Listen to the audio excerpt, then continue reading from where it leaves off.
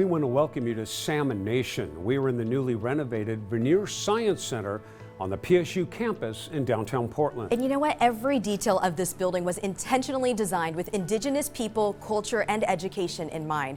The renovation guided by a BIPOC student advisory board to make sure students feel connected to place and supported in their studies. We're going to show you some of the amazing features of this building with the help of Emma Johnson, the Indigenous, Traditional, Ecological, and Cultural Knowledge Coordinator here at PSU. Nakwis, Sensai, Sensquatch, Emma. Hello, my name is Emma. I'm a Cowlitz tribal member and I'm also Norwegian. And I grew up in Southwest Washington on my ancestral homelands. My native side is my maternal side. And prior to coming to Portland State, I worked for my tribe and our culture and natural resources departments.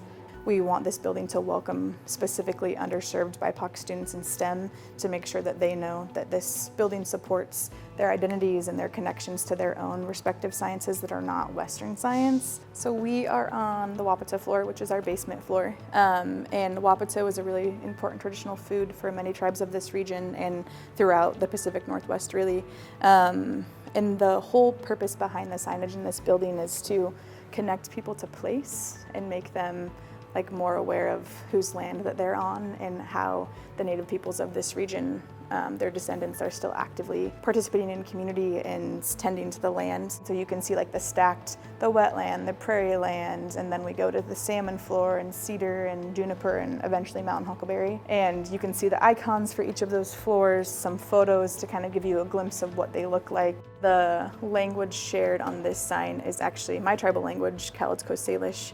And on each floor we highlight different local tribal languages, and folks can scan a QR code on the main welcome sign on the first floor that will take them to audio recordings to hear those languages pronounced. In addition to Western science classrooms and labs, this building features a new food lab for the Indigenous, Traditional, Ecological, and Cultural Knowledge, or ITEC program.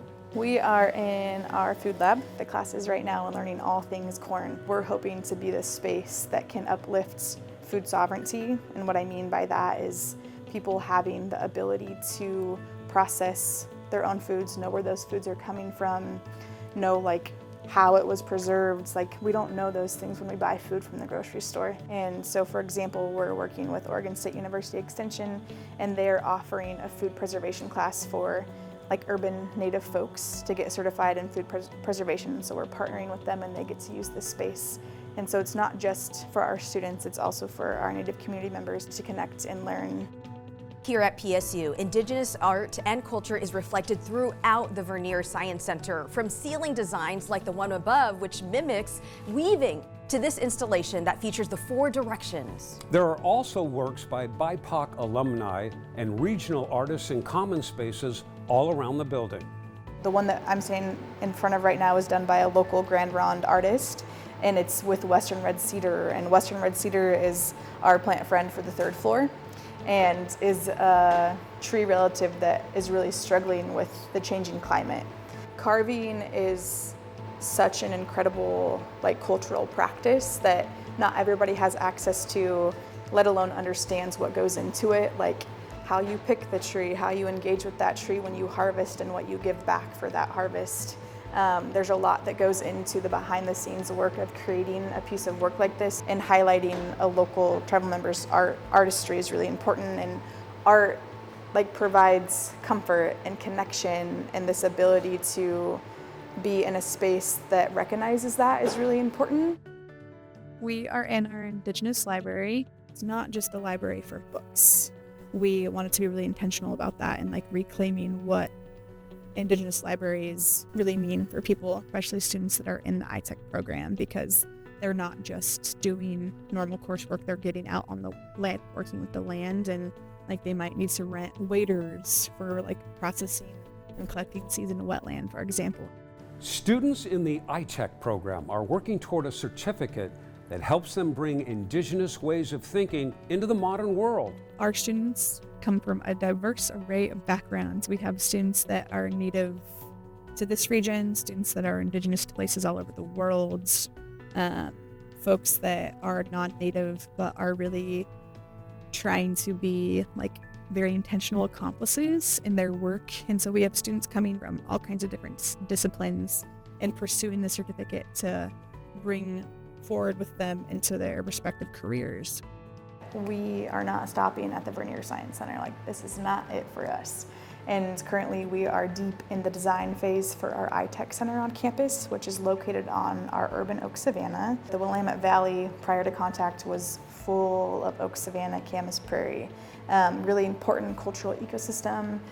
And what I mean by that is that they were very intentionally tended to by native peoples of this place for access to camas bulbs, traditional foods, and acorns. And those meadows and prairies also are very welcoming to things like elk and deer. And so that site is like our outdoor classroom space for students to come and gather and connect with community. iTech Center will specifically be for the iTech program and the research and restoration done on site on the oak savanna.